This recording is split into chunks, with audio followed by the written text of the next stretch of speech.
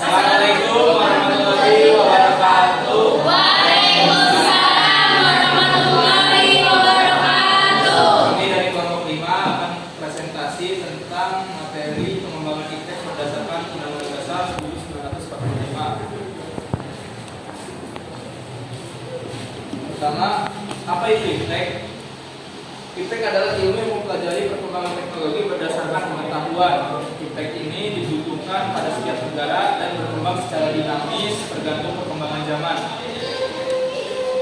Lalu, mengapa iptek ini diatur di dalam Undang-Undang 1945? Karena pembangunan iptek ini harus diawasi agar dapat digunakan dengan baik oleh seluruh elemen negara Republik Indonesia.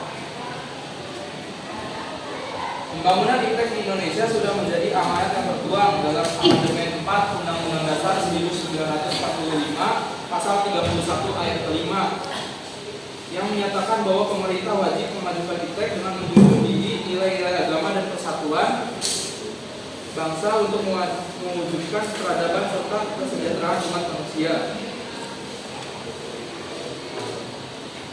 Sedangkan hak warga negara untuk mengakses iptek sesuai dalam Undang-Undang 1945 Pasal 28C ayat 1, setiap orang berhak mengembangkan diri melalui pemenuhan kebutuhan dasarnya, berhak mendapat pendidikan dan memperoleh manfaat dari ilmu pengetahuan dan teknologi, seni budaya demi meningkatkan kualitas hidupnya dan demi meningkatkan taraf hidupnya. Dan perkembangan iptek berdasarkan Undang-Undang Dasar 1945 berdasarkan kepastian hukum, manfaat, kehati-hatian iptekat baik dengan kebebasan memilih teknologi untuk atau netral teknologi pemerintahan terlalu menyusul Undang-Undang Nomor 11 Tahun 2008 tentang informasi dan transaksi elektronik atau yang dikenal dengan nama UU ITE. Sebagai pelajar terdapat beberapa butir yang sekiranya perlu mendapatkan perhatian lebih dari undang-undang tersebut, yaitu agar kita dapat lebih bijaksana dalam menggunakan teknologi, khususnya teknologi komunikasi dan informasi. Isi pasal tersebut sebagai berikut. Pasal-pasal UU ITE. Pasal 27. Setiap orang dengan sengaja dan tanpa hak mendistribusikan dan atau mentransmisikan dan atau membuat dapat diaksesnya informasi elektronik dan atau dokumen elektronik yang memiliki muatan penghinaan dan atau pencemaran nama baik. Pasal 28, 1 dan 2.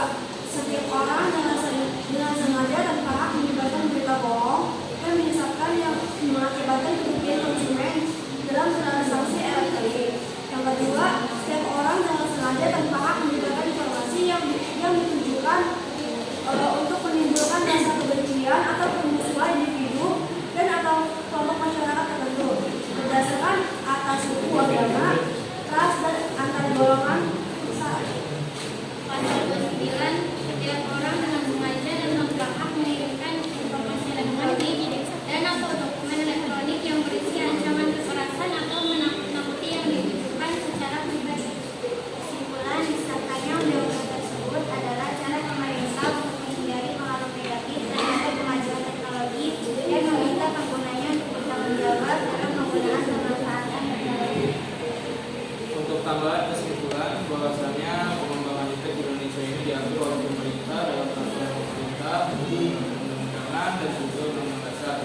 Salah satunya adalah peraturan tentang penerapan TKDN atau tingkat kandungan dalam negeri minimum yang diterapkan di hampir semua pabrik yang ada di Indonesia atau perusahaan informasi agar mau berinvestasi di Indonesia.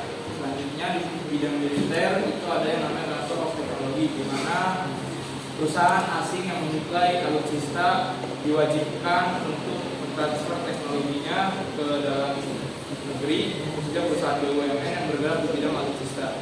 Jadi kesimpulannya perkembangan iptek ini sudah di cover atau dicakup oleh peraturan-peraturan yang ada yang dibuat oleh pemerintah. pemerintah Indonesia untuk rakyat dan untuk semuanya. Dari masing-masing kelompok ada yang mau bertanya?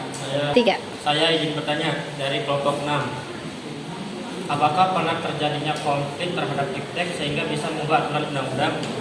Pernah terjadinya konflik terhadap iptek sehingga bisa membuat undang-undang? Konflik yang dimaksud itu konflik yang bagaimana? Kan saya sebutin contohnya aja yang ada yang bisa merubah aturan undang-undang itu. Konflik yang dapat merubah undang-undang atau mungkin membuat undang-undang baru tentang iptek itu sendiri gitu ya. Kalau ada konflik iptek, pertama ini biasanya dari pemerintahannya, yang pemerintahan Pak SBY, pemerintahan Jokowi. Iptek ini berkembang itu peraturannya berbeda-beda, khususnya di pemerintahan Pak Jokowi itu sendiri. Yang tadi saya sebutkan, adanya TKDN, adanya TOT itu yang diwajibkan untuk militer dan industri. Nah inilah yang sehingga dibuat peraturan baru untuk mempayungi atau payung hukum bahwasannya iptek di Indonesia ini harus berkembang dan ada hukumnya. Nah dari sini bisa dilihat kemajuannya melalui pertumbuhan ekonomi nasional. Terima kasih. Ada yang mau apa yang akan terjadi jika Indonesia tidak akan mengembangkan iptek? Oke, pertanyaan dari kelompok Kelompok 3. Apa yang akan terjadi jika Indonesia tidak mengembangkan iptek? Pertama, Indonesia akan menjadi negara yang tertinggal. Oke, bisa dilihat dari negara tetangganya sendiri, Malaysia dan Singapura. Indonesia sudah jauh tertinggal di bidang iptek. Bisa dilihat dari transportasinya, bisa dilihat juga dari kemajuan jaringan internetnya. Indonesia ini saya ambil dari kemajuan jaringan internet. Contohnya Indonesia ini adalah negara dengan jaringan internet paling buruk, sangat jauh berbeda dengan Singapura. Nah, jika Indonesia tidak mengembangkan iptek, apa yang terjadi? Indonesia akan tertinggal. Apalagi segala hal yang ada di dunia ini dipengaruhi oleh perkembangan iptek. Apa-apa serba elektronik, apa-apa serba digital. Kalau Indonesia tertinggal, maka Indonesia pertama pertumbuhan ekonominya tidak akan tinggi, rendah, atau bahkan tidak tumbuh ekonominya. Kurang lebihnya itu. Ada lagi kelompok lain? Oke, sekian dari kami. Terima kasih kepada kelompok 6, Zaki yang sudah bertanya. Terima kasih kepada kelompok 3, Angel yang sudah bertanya. Kurang lebihnya mohon maaf dari kelompok kami. Assalamualaikum warahmatullahi wabarakatuh.